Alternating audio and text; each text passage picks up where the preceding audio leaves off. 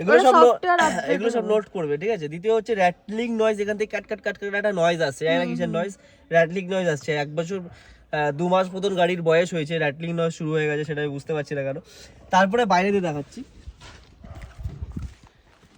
এটা আমাদের দ্বিতীয় ক্যামেরাম্যান। তারপরে হচ্ছে আমাদের সবার দ্বিতীয় কাজ হচ্ছে আমাদের মাহিন্দ্রার সার্ভিস সেন্টার, সবাই জানো খুবই হেভি ড্রাইভার হয়। আমার গাড়ি ওদের যখন সার্ভিস সেন্টারে দিয়েছিলাম, ওরা কিন্তু গাড়ি এই পাশটাতে পুরো ড্যামেজ করে দিয়েছিল আমার। এই দেখো এখনো দাগগুলো বোঝা যাচ্ছে, এই দেখো দাগগুলো কিন্তু এখনো বোঝা যাচ্ছে।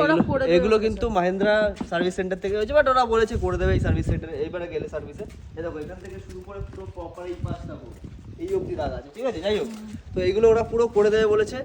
এটা হচ্ছে দ্বিতীয় প্রবলেম, মানে গাড়ি এবার গেলে অনেকদিন টাইম লাগবে, মানে আমার কাছে গাড়ি ব্যবস্থা আছে, অসুবিধা নেই।